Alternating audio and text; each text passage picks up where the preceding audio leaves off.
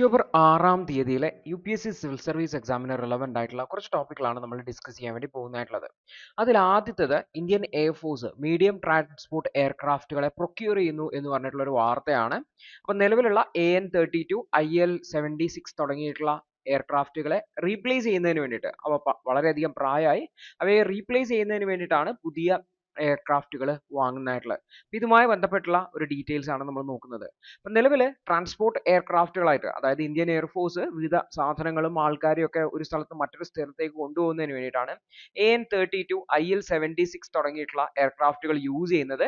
അപ്പൊ ഇതിന്റെ ഒരു പ്രായമായിട്ടുണ്ട്, ഏജിങ് ആയിട്ടുണ്ട്. സോ അതിനെ ഡീകമ്മീഷൻ ചെയ്തിട്ട് മാറ്റേണ്ടതായിട്ടുണ്ട്. അപ്പൊ ഇതിൽ AN-32നെ വർക്ക് ഹോഴ്സ് എന്നാണ് വിളിക്കുന്നതായിട്ടുള്ളത്. IL-76 എന്ന് പറയുന്നത് ഒരു ഹെവി ലിഫ്റ്റ് എയർക്രാഫ്റ്റ് ആണ്. അപ്പോൾ ഇത് എല്ലാ ട്രാൻസ്പോർട്ട് നീഡ്സിനും സ്യൂട്ടബിൾ ആയിട്ടുള്ളതല്ല ഈ ഒരു IL-76 എന്ന് പറയുന്നത്. അതുകൊണ്ട് തന്നെ മീഡിയം ട്രാൻസ്പോർട്ട് എയർക്രാഫ്റ്റുകളെ MTAs എന്ന് കോമൺ ആയിട്ട് വിളിക്കും. ഇവയെ ഏകദേശം 18 ടൺ മുതൽ 30 ടൺ വരെ കാറ്റഗറിയിൽ വരുന്ന എയർക്രാഫ്റ്റുകളെയാണ് AN-32 അതുപോലെ IL-76 തുടങ്ങിയിട്ടുള്ള എയർക്രാഫ്റ്റുകളെ റീപ്ലേസ് ചെയ്യാൻ വേണ്ടിയിട്ട് IMF പ്രൊക്യൂർ ചെയ്യാൻ ഉദ്ദേശിക്കുന്നത്. അപ്പൊ ഇതിന്റെ ഭാഗമായിട്ട് ഒരു റിക്വസ്റ്റ് ഫോർ ഇൻഫർമേഷൻ, അതായത് വ്യത്യസ്ത സ്ഥാപനങ്ങളുടെ നമുക്ക് ഈ ഒരു 18 മുതൽ 30 ടൺ കപ്പാസിറ്റി ഉള്ള ലോഡ് ക്യാരിയിങ് കപ്പാസിറ്റി ഉള്ള എയർക്രാഫ്റ്റുകൾ ആവശ്യമുണ്ട് എന്ന് പറഞ്ഞുകൊണ്ട് ഡിസംബർ 2022 ഈ ഒരു ഇന്ത്യൻ എയർഫോഴ്സ് ഡീറ്റെയിൽസ് പുറത്തു വിട്ടിട്ടുണ്ടായിരുന്നു. ഏകദേശം 80 എയർക്രാഫ്റ്റുകൾ ആവശ്യമാണെന്നാണ് പറഞ്ഞിട്ടുണ്ടായിരുന്നത്. അപ്പൊ ഇതിന്റെ മേലെ ഡീറ്റെയിൽ ആയിട്ടുള്ള സ്റ്റഡി നടത്തിയിട്ടുണ്ടായിരുന്നു. ഫ്യൂച്ചർ പേലോഡ് കപ്പാസിറ്റിയും ക്യാരിയിങ് കപ്പാസിറ്റിയും ഒക്കെ നോക്കിയിട്ടാണ് ഈ ഒരു ഡാറ്റയിലേക്ക് എത്തിയിരുന്നത്. അപ്പോൾ 3 സ്ഥാപനങ്ങളിൽ നിന്നുള്ള റെസ്പോൺസ് റിസീവ് ചെയ്തിട്ടുണ്ട് എന്ന് പറഞ്ഞിട്ടാണ് വാർത്ത വന്നിരിക്കുന്നത്. ഒന്ന് എയർബസിൽ നിന്നാണ്, എയർബസിന്റെ A400M എന്ന് പറയുന്ന എയർക്രാഫ്റ്റ്, അതുപോലെ തന്നെ ലോക്ഹീഡിന്റെ മാർട്ടിന്റെ C-130 എന്ന് പറയുന്ന എയർക്രാഫ്റ്റ്, അതുപോലെ എംബ്രയറിന്റെ C-390 എന്ന് പറഞ്ഞ എയർക്രാഫ്റ്റ്. ഈ 3 എയർക്രാഫ്റ്റുകളിൽ നിന്നുള്ള ഡീറ്റെയിൽസ് ആണ് വന്നിട്ടുള്ളത്.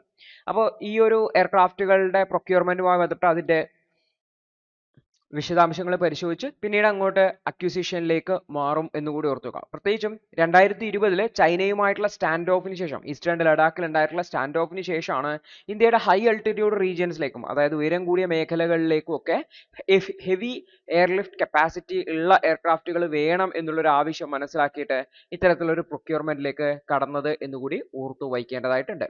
അടുത്തൊരു വാർത്ത എന്ന് വെച്ചാൽ stomatal responses to rising temperature എന്നാണ്. നമുക്കറിയാം ക്ലൈമറ്റ് ചേഞ്ച് ഉണ്ട്, കാലാവസ്ഥാ വ്യതിയാനം ഉണ്ട്, അന്തരീക്ഷത്തിലെ താപനില വർദ്ധിച്ചു വരുന്നുണ്ട്. ഇതിന് ചെടികൾ എങ്ങനെയാണ് റെസ്പോണ്ട് ചെയ്യുന്നത് എന്നുള്ളതാണ് ഇവിടെ സയന്റിസ്റ്റുകൾ സ്റ്റഡി ചെയ്തിട്ടുള്ളത്.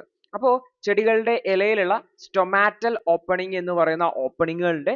ഇവയുടെ റെസ്പോൺസ് ആണ് സയന്റിസ്റ്റുകൾ പഠിച്ചിട്ടുള്ളത്. അപ്പോൾ നമുക്ക് നോക്കാം എന്താണ് ഈ ഒരു വാർമിങ്ങിനോട് അല്ലെങ്കിൽ ഗ്ലോബൽ വാർമിങ്ങിനോട് ചെടികൾ എങ്ങനെയാണ് പ്രതികരിക്കുന്നത് എന്നുള്ളത്. അപ്പൊ ചെടികളിൽ അവയുടെ ഇലകളിൽ നോക്കിക്കഴിഞ്ഞാലും അതുപോലെ ചില ചെടികളിൽ തണ്ടുകളിലും ഒക്കെ ആയിട്ട് ചെറിയ ചെറിയ പോറുകൾ കാണാൻ വേണ്ടി പറ്റും. ചെറിയ ചെറിയ പോറുകൾ എന്ന് പറഞ്ഞാൽ നമ്മളിപ്പോൾ ഒരു ഇലയാണ് എടുക്കുന്നെങ്കിൽ ഇതിൽ നമുക്ക് ചെറിയ ചെറിയ പോറുകൾ പോലെയാണ് കാണുക. അപ്പൊ സൂക്ഷ്മമായിട്ട് നോക്കിക്കഴിഞ്ഞാൽ ഇങ്ങനെയാണ് അതിന്റെ ഘടന ഉണ്ടാവുക. 2 പീസുകൾ ജോയിൻ ചെയ്ത് ഇതിന്റെ ഇടയിലാണ് പോറുണ്ടാവുക. ഇതിനെയാണ് സ്റ്റൊമാറ്റ എന്ന് പറയുന്നതായിട്ടുള്ളത്. ഇതിന്റെ പ്രത്യേകത വെച്ചാൽ ഇത് അടക്കാനും തുറക്കാനും പറ്റും എന്നുള്ളതാണ്. ഇതിപ്പോ സ്റ്റൊമാറ്റ ക്ലോസ്ഡ് പൊസിഷനിലാണ്, ഇത് സ്റ്റൊമാറ്റ ഓപ്പൺ പൊസിഷനാണ്. അപ്പൊ സ്റ്റൊമാറ്റ എന്ന് പറഞ്ഞു കഴിഞ്ഞാൽ ചെടികളുടെ ഇലകൾ ഭാഗത്ത് ഉണ്ടാവുന്ന അല്ലെങ്കിൽ ചെടികളുടെ ഇലയുടെ സർഫസിൽ ഉണ്ടാവുന്ന ചെറിയ ചെറിയ ദ്വാരങ്ങളാണ്, ടൈനി പോർസ് ആണ്. ഇതിന്റെ പ്രത്യേകത വെച്ചാൽ ഇത് തുറക്കുക അടക്കുക എന്താ ചെയ്യുന്നത്, ചെടിയുടെ അകത്ത് നിന്നും പുറത്തേക്കുള്ള എക്സ്ചേഞ്ച് നടക്കുന്നത്, ഗ്യാസ് എക്സ്ചേഞ്ച്, അതായത് ചെടികൾ ഓക്സിജനെ ആഗിരണം ചെയ്യുന്നുണ്ട്, കാർബൺ ഡൈ ഓക്സൈഡിനെ പുറത്തേക്ക് വിടുന്നുണ്ട്. അതുപോലെ ചെടിയുടെ അകത്തു നിന്നും വെള്ളം പുറത്തേക്ക് പോകുന്ന അതിനെയാണ് ട്രാൻസ്പിരേഷൻ എന്ന് വിളിക്കുന്നതായിട്ടുള്ളത്. അതുപോലെ തന്നെ ഫോട്ടോസിന്തസിസിന് വേണ്ടിയിട്ട് കാർബൺ ഡൈ ഓക്സൈഡിനെ ഇൻടേക്ക് ചെയ്യുന്നത്, ഇതൊക്കെ ഈ ഒരു സ്റ്റൊമാറ്റൽ ഓപ്പണിംഗ് വഴിയാണ് ഓർത്തു വെക്കേണ്ടത്. അപ്പൊ അതായത് ഈ ഒരു ചെടികളിൽ നിന്നും അവയുടെ വെള്ളം എത്ര പുറത്തേക്ക് പോകുന്നുണ്ട് എന്നുള്ളതിനെയൊക്കെ കൺട്രോൾ ചെയ്യുന്നത് ഈ ഒരു സ്റ്റൊമാറ്റൽ ഓപ്പണിംഗ് ആണ്. അത് ചെടികളിൽ ഹീറ്റ് ഡാമേജിനെ കൺട്രോൾ ചെയ്യുന്നതിന് വളരെ പ്രധാനപ്പെട്ട റോള് വഹിക്കുന്നു. വളരെ ക്രൂഷ്യൽ ആയിട്ടുള്ള റോളാണ് ഈ ഒരു സ്റ്റൊമാറ്റൽ ഓപ്പണിംഗ് വഹിക്കുന്നതെന്നും കൂടി ഓർത്തു വയ്ക്കേണ്ടതായിട്ടുണ്ട്. അപ്പോൾ സയന്റിസ്റ്റുകൾ സ്റ്റഡി ചെയ്തിട്ടുള്ളതെന്ന് വെച്ചാൽ ഈ മെക്കാനിസംസ് അല്ലെങ്കിൽ ഈ ഒരു സ്റ്റൊമാറ്റാസ് അല്ലെങ്കിൽ ചെടികൾ എങ്ങനെയാണ് ടെമ്പറേച്ചർ ചേഞ്ചിനോട് റെസ്പോണ്ട് ചെയ്യുന്നത് എന്നുള്ളതാണ്. അപ്പൊ ഈ ഒരു ഹൈ എലിവേറ്റഡ് ടെമ്പറേച്ചറിലാവുന്ന സമയത്ത് 2 കാര്യങ്ങളാണ് നോക്കിയിട്ടുള്ളത്. ഒന്ന് കാർബൺ ഡൈ ഓക്സൈഡ് സെൻസിങ്ങുമായി ബന്ധപ്പെട്ട്, രണ്ടാമത്തത് എങ്ങനെയാണ് എക്സ്ട്രീം ഹീറ്റിംഗിൽ ഈ ഒരു സെക്കൻഡറി പാത്വേ ആക്ടിവേറ്റ് ചെയ്യപ്പെടുന്നത് എന്നുള്ള രീതിയിലാണ്. അപ്പോൾ കാർബൺ ഡൈ ഓക്സൈഡ് സെൻസിങ് എന്ന് പറഞ്ഞു കഴിഞ്ഞുകൊണ്ട് കാർബൺ ഡൈ ഓക്സൈഡ് സെൻസ് ചെയ്യാൻ വേണ്ടിയുള്ള സെൻസേഴ്സിന് വെച്ചു. അപ്പോൾ ഇത് ഈ ഒരു പ്രൈമറി ഹീറ്റ് റെസ്പോൺസ് പാത്വേയിൽ വളരെ പ്രധാനപ്പെട്ട റോള് വഹിക്കുന്നുണ്ട് കാർബൺ ഡൈ ഓക്സൈഡ് സെൻസിങ് എന്നാണ് പറഞ്ഞത്.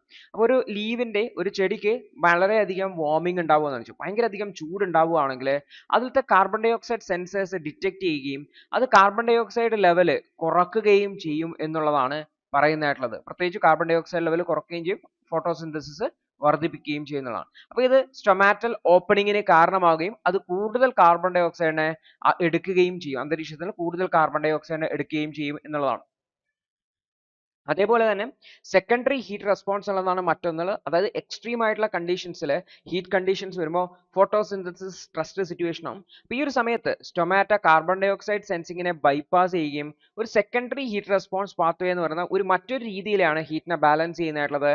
ഇത് ഒരു തരത്തിൽ പറഞ്ഞ ഒരു കൂളിംഗ് മെക്കാനിസം ആണ്. നമ്മൾ സ്വെറ്റിംഗ് ചെയ്യുന്നത് പോലെ തന്നെ ചെടികളുടെ ഭാഗത്തു നിന്നൊക്കെ എന്ത് ചെയ്യാൻ വേണ്ടി തുടങ്ങും, വെള്ളം പുറത്തേക്ക് വരാൻ വേണ്ടി തുടങ്ങും എന്നുള്ളതാണ്. അപ്പോൾ ഇതാണ് സ്വെറ്റിംഗ് മെക്കാനിസം. അങ്ങനെ രണ്ട് മെക്കാനിസത്തിലൂടെയാണ് ചെടികൾ അവരുടെ ടെമ്പറേച്ചറിനെ മെയിൻറ്റെയിൻ ചെയ്യുന്നുള്ളത്. എന്നാൽ ഈ ഒരു സയൻസ് എക്സ്പെരിമെന്റ് നടത്തുന്ന സമയത്ത് ഒരുപാട് മെഷർമെന്റ് ഡിഫിക്കൽട്ടീസ് ഉണ്ടായിരുന്നു. കൃത്യമായിട്ട് സ്റ്റൊമാറ്റൽ റെസ്പോൺസിനെ മെഷർ ചെയ്യുന്നതിന് വേണ്ടിയിട്ട് വളരെയധികം ബുദ്ധിമുട്ടുണ്ടായിരുന്നു. ഇതിന് പ്രധാനമായിട്ടും അതിന്റെ വാപ്പർ പ്രഷർ ഡിഫറൻസ് മെഷർ ചെയ്യുന്നതിന് വേണ്ടിയിട്ടാണ് കോംപ്ലക്സിറ്റി നേരിട്ടുണ്ടായിരുന്നത്. അപ്പോൾ ഇൻക്രീസിങ് ടെമ്പറേച്ചറിനനുസരിച്ച് ഈ വാപ്പർ പ്രഷർ ഡിഫറൻസ് മാറിക്കൊണ്ടിരിക്കും. അപ്പോൾ അതിനെ കോൺസ്റ്റന്റ് ആക്കുന്നതിന് വേണ്ടിയിട്ടാണ് ചാലഞ്ച് നേരിട്ടതെന്നും കൂടി ഓർത്തു വെക്കണമായിരുന്നു.